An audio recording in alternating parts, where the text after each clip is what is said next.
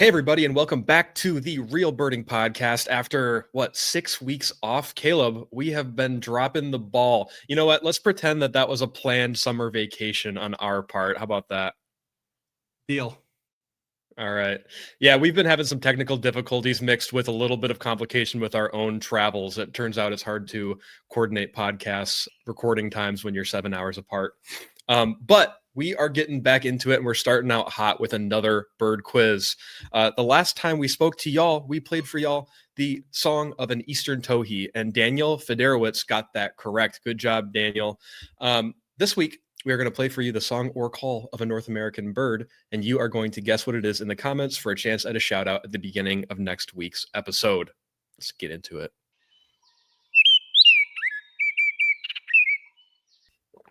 All right, that's what you get. If you think you know what that is, drop it in the comments. Otherwise, let's get into the show and talk about birding Spain. Let's do it.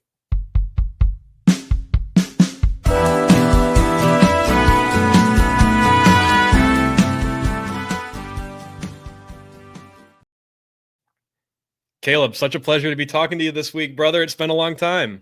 You too, bro. I missed you, man. It's been too long.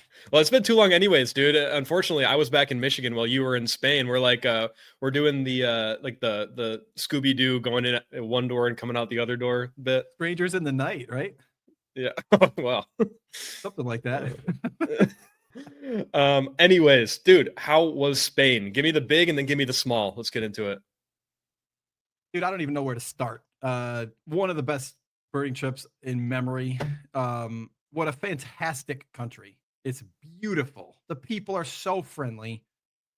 Even when there's a language barrier, people want to help you out. You know, it hit on all cylinders for me. I mean, I was there during migration.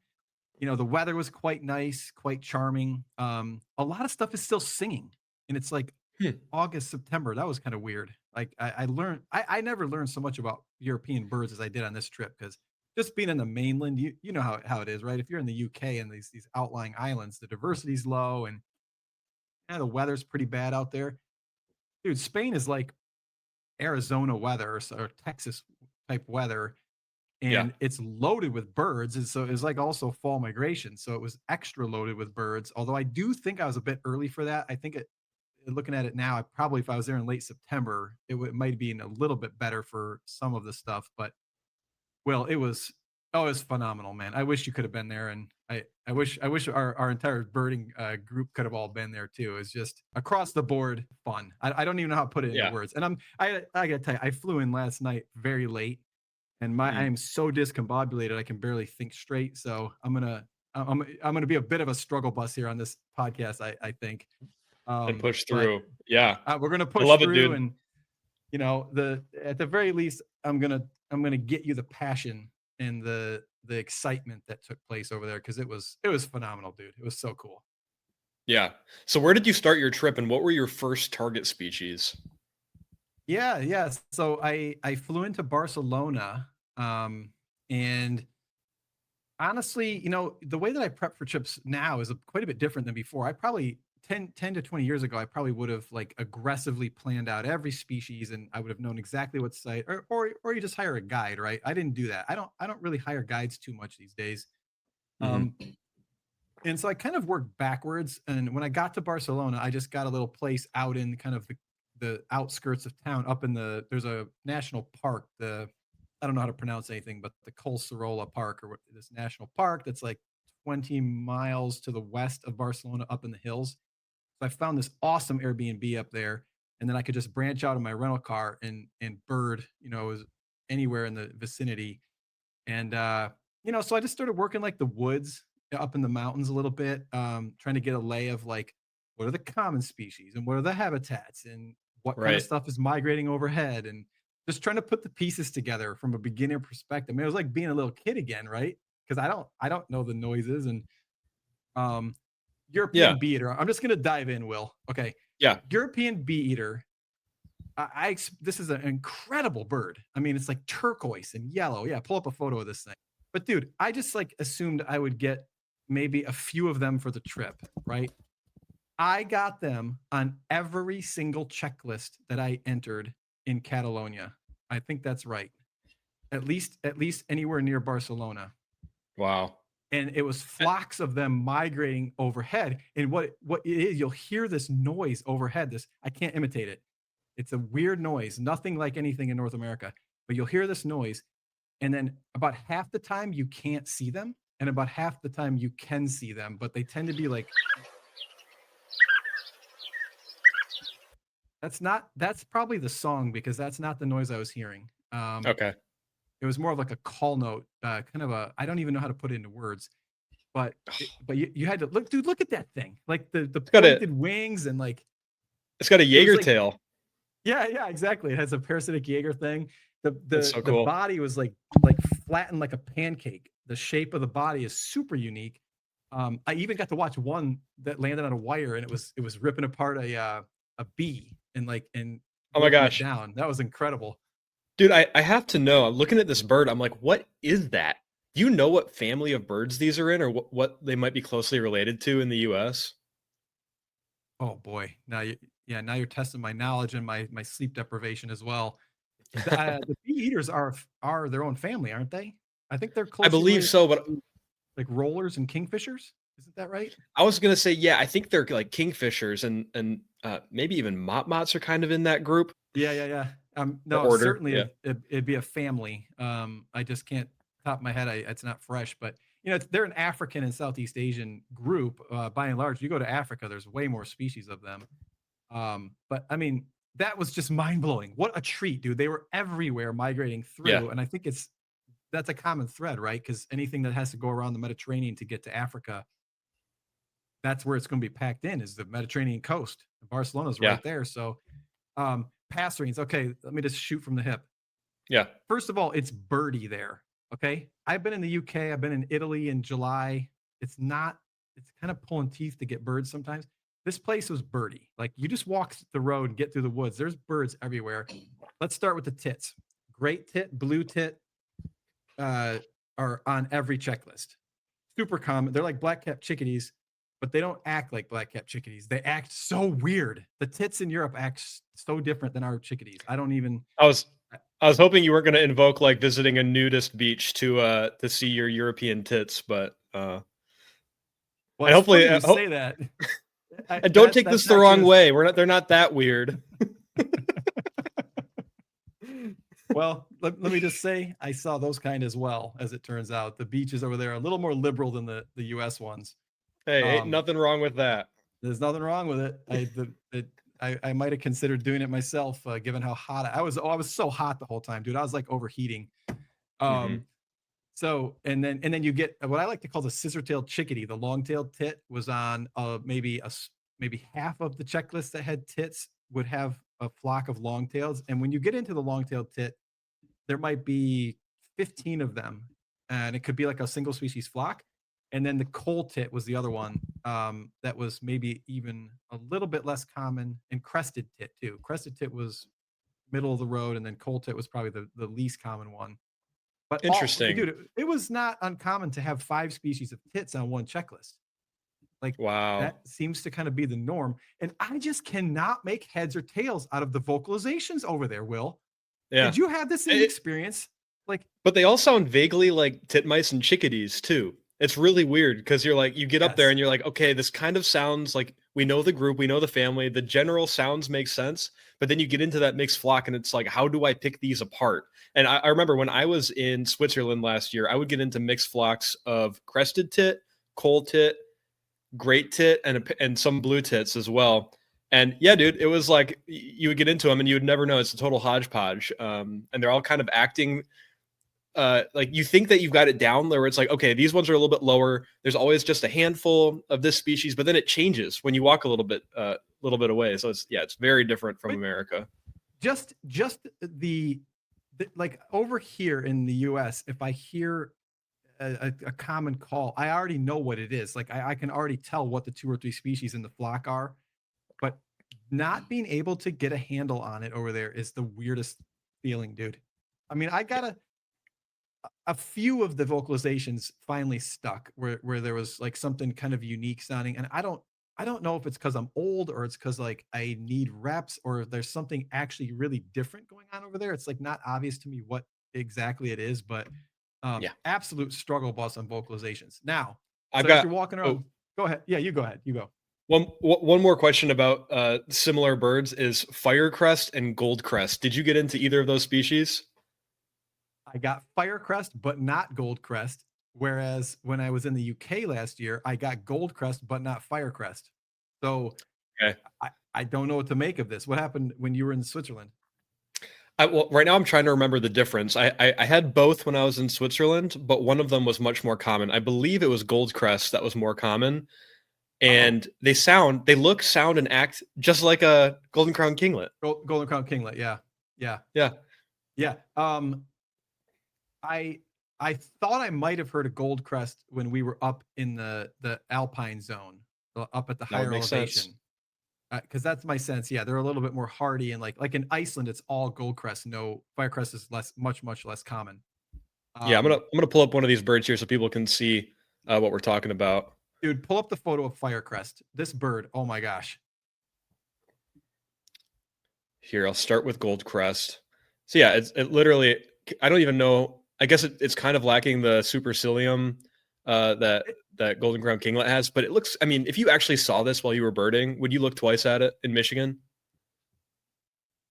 I mean, it's got the face pattern is weird for Golden Crown Kinglet because it's missing stripes through the eye and stuff. But yeah, I mean, yes, Hmm. of course. If you got a quick look at one of these things, it's probably not going to stand out too much. But a Firecrest, that's Madeira Firecrest, so that's a little bit different than the Oh, common one. It's the I didn't same even idea notice.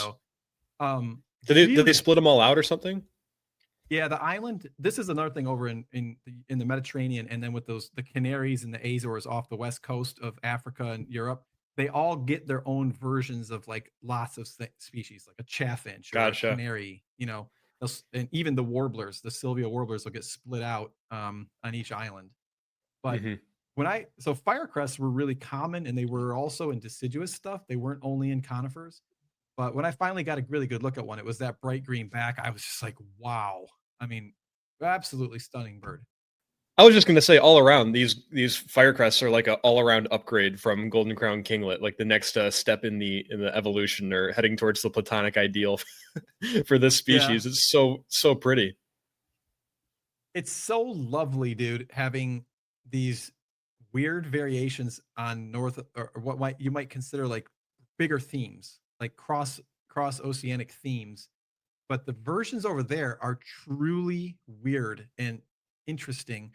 Almost I had this thing like the plumages of birds in the old world to me almost seem like they belong in like paintings and artwork, like Well, old time kind of like acrylic or what's the paint that's got the 3D texture to it, whatever that is. yeah, To me, a chaffinch and a great tit, they or a European robin, they look like they're a painting yeah. or not necessarily a cartoon. I don't know how to put it into words. Well, we've been seeing them on on paintings and whatnot since we were little kids because it's like these are the birds that were in the picture books and these are the birds that were painted into Renaissance paintings and all that stuff. So there's probably It's some almost truth to that. yeah, there is, and but it's almost like if you gave like your grandma some paintbrushes and said, "Can you, grandma, can you just like invent a bird for me and paint like a really cool, pretty bird?" The kind of stuff that's in the arts and crafts stores, those little 3D ones that the knickknack things. Yeah. I feel like they would draw European birds before they would draw ours. Ours look more, I don't know, vivid or so. I don't know how to put it into words, Will, but Yeah, they're more real, like real birding media. Check out the channel. I'm used to saying that. You know what your grandma might not invent out of thin air is some of the old world vultures and raptors. Do we want to get into that? oh my God. So the second part of the trip, right? Pyrenees. We go straight up into the Pyrenees mountains. Wall creeper was the number one target. And for that, you got to get up into the high country. It's like this amazing nuthatchy thing that's crazy colors and it lives like on the rock faces. Yeah, Spoiler alert, they're impossible to find in the summertime. And yeah, did not see that bird. same here, dude. But yeah, everybody that I asked about it is like just go in winter. When they come down, they get much easier. Like they'll even Mm. come into cities and like be on the like buildings and stuff. So anyway, that one's building. Like the day I finally get wall creeper is going to be a glorious day. Yeah, But same. as we're in that upper reaches, we had bearded vulture, so the lammergeier, the and all the Spanish people were like the names of the Spanish names of these birds weren't in my book or my apps, so we had to like learn them by like asking people. And this one is called rompe hueso, which means bone break. Like it's literally Mm, called. It's not called bone breaker. It's called bone break, which I think is awesome.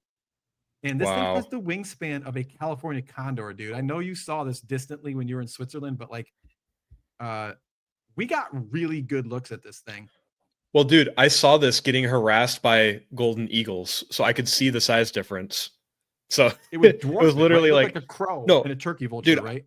I when I saw it, I was literally like, that is either a bearded vulture with golden eagles or a golden eagle with ravens. That's the Yes. size difference. It's shocking how big these things are. But dude, look at this. This thing is literally eating the bone. And if it doesn't eat the full bone at the kill, it'll actually fly up with it and drop it on the rocks, and then it'll split open. And it can just kind of get the marrow out of there. But I mean, what an amazing just lifestyle choice and role they're playing in the environment. You know what I mean? It's like something out of the Muppets or something. Yeah, and you got to imagine these things are eating like mountain goat carcasses and maybe even like cows at this point, because probably most of their range is like cattle grazing areas, although they are at some pretty serious elevation at times too. Yeah, they were only up in the alpine zone uh when we had them, and I actually saw three different individuals, which was incredible. But Cool. interestingly, the griffin, the Eurasian griffin, which is really way more common. It's the really common 10-foot wingspan vulture. And these guys, you could get hundreds of them on a checklist, and they were leaving the mountains and coming way south out into the agricultural fields where I was looking for like Eurasian dotterel and stuff.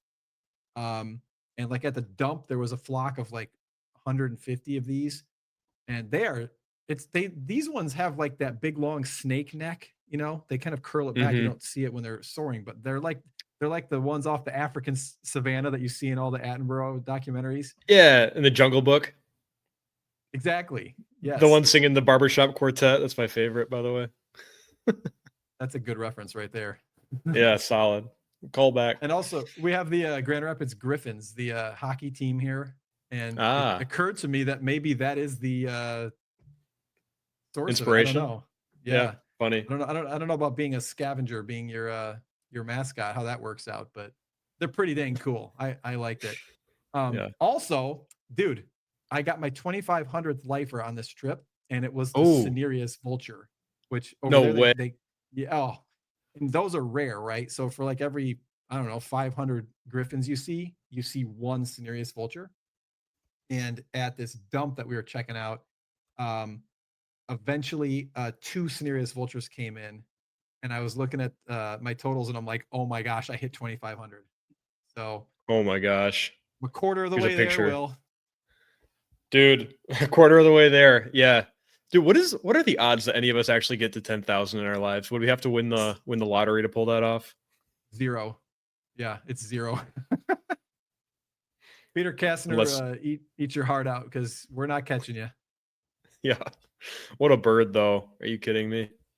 Yeah, dude, I It was missed Scenery Culture and I missed Eurasian Griffin when I was in Europe last summer. And I spent a good ooh, amount of time in areas where they had been reported. I'm not totally sure how I missed them, but you know, is what it that is is. that is interesting. I actually am really surprised to hear that you missed Griffin because they seem to be just kind of like a I don't want to say trash bird, but they were kind of all over the place.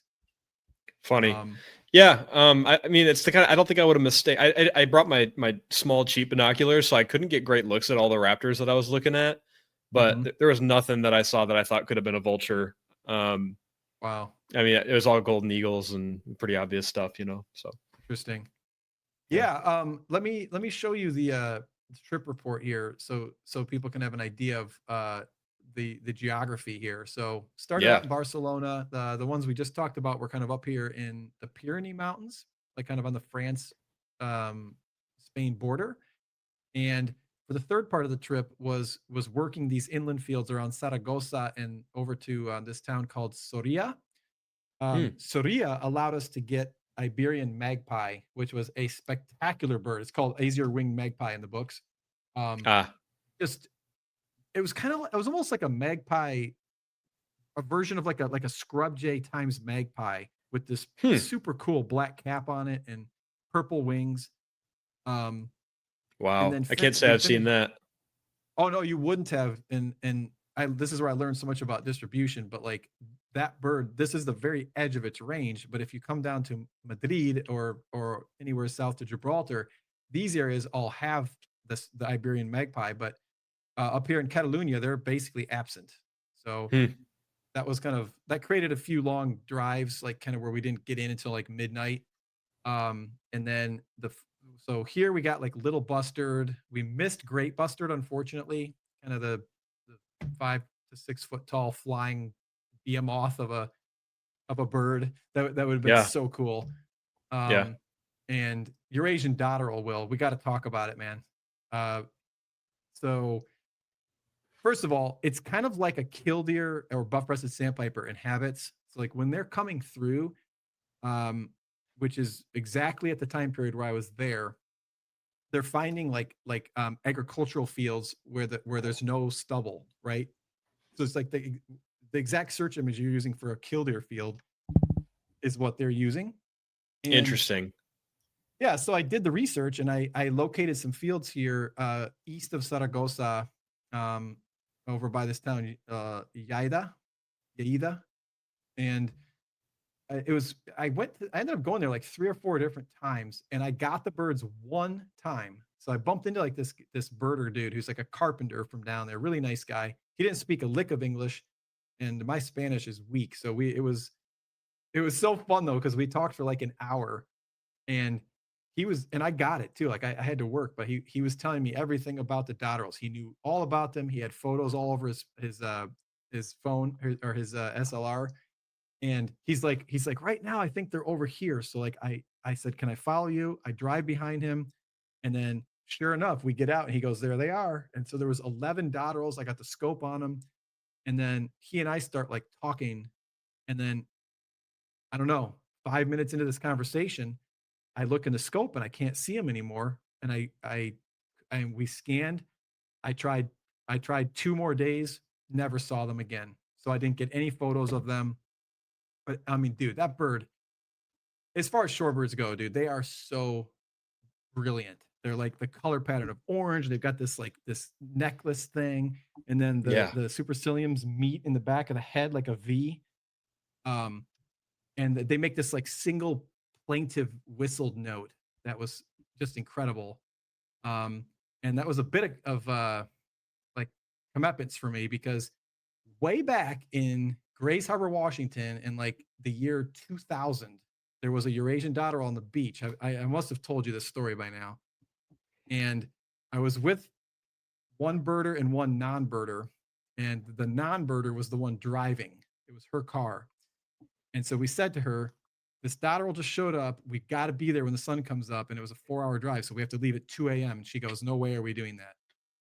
So she left she wouldn't leave until like 3:30 or 4 a.m. or whatever.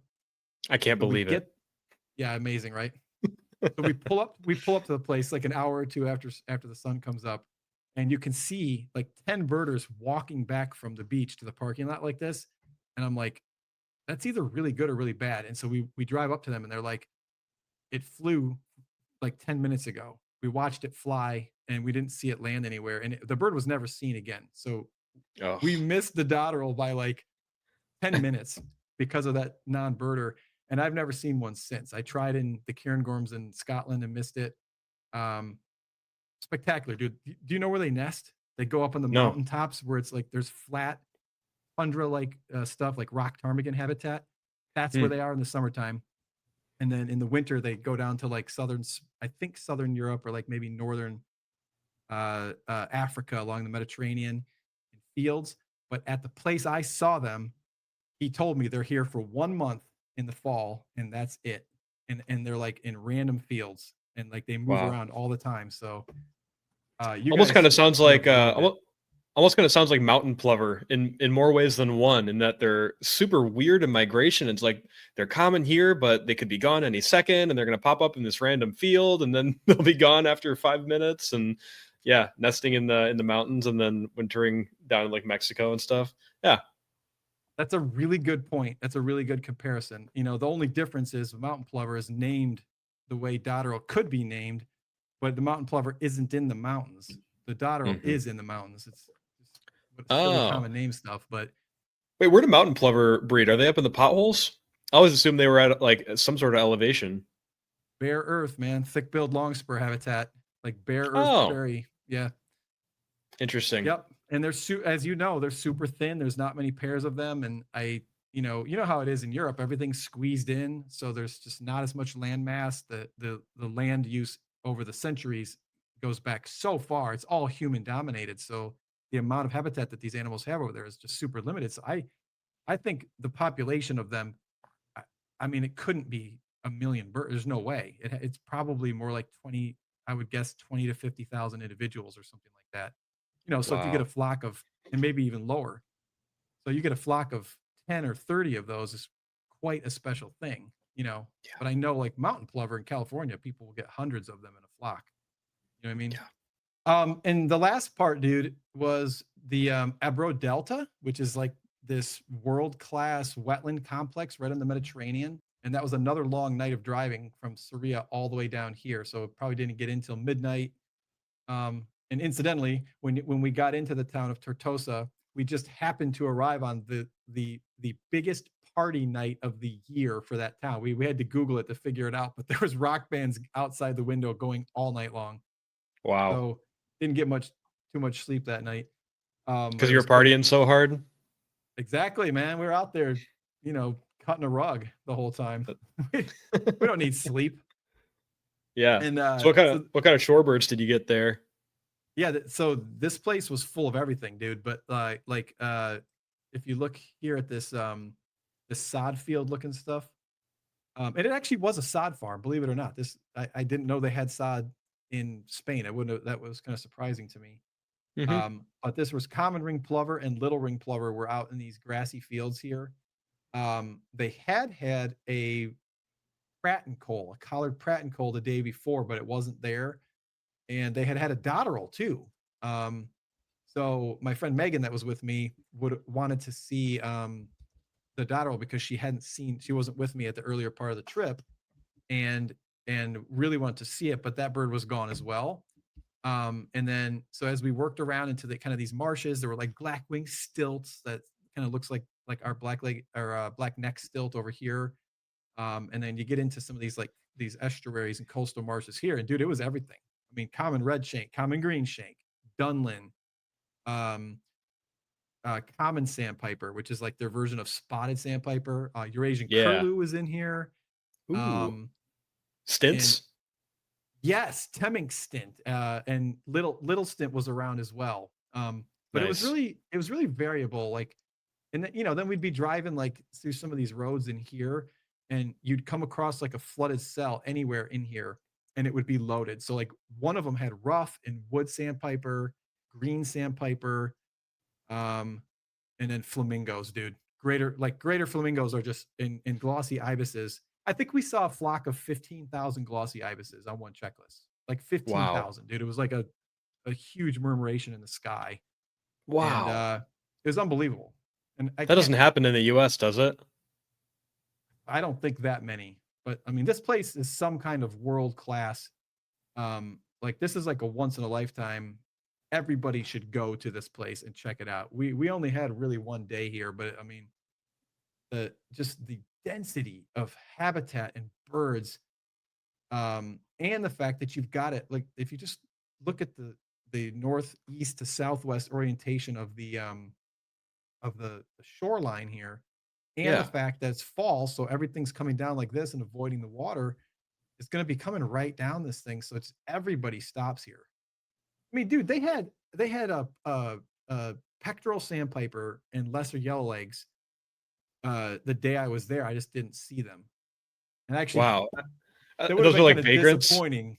Yeah, they're super vagrants over there. Those are only in North America, the Americas. Wow. So You know, I would love to find a vagrant, but if I'm going to, I'd rather find something from Siberia than from, the States. But Or East Asia. Yeah. yeah, like maybe like a broad-billed sandpiper or something like that, Yeah, yeah. Spoon build. Why not shoot for the stars, dude? Ooh, someday. Yeah. All right, dude. Well, thank you so much for sharing your story of going to Spain, dude. I really wish I could have been there, and maybe next time we'll go bird Europe together. I know we gotta get some trips planned here. Thanks, everybody. Have a great week. And I can't recommend Spain enough. If you get the opportunity to go over there, definitely take it up. It's cheap. The people are nice. You can rent your own car.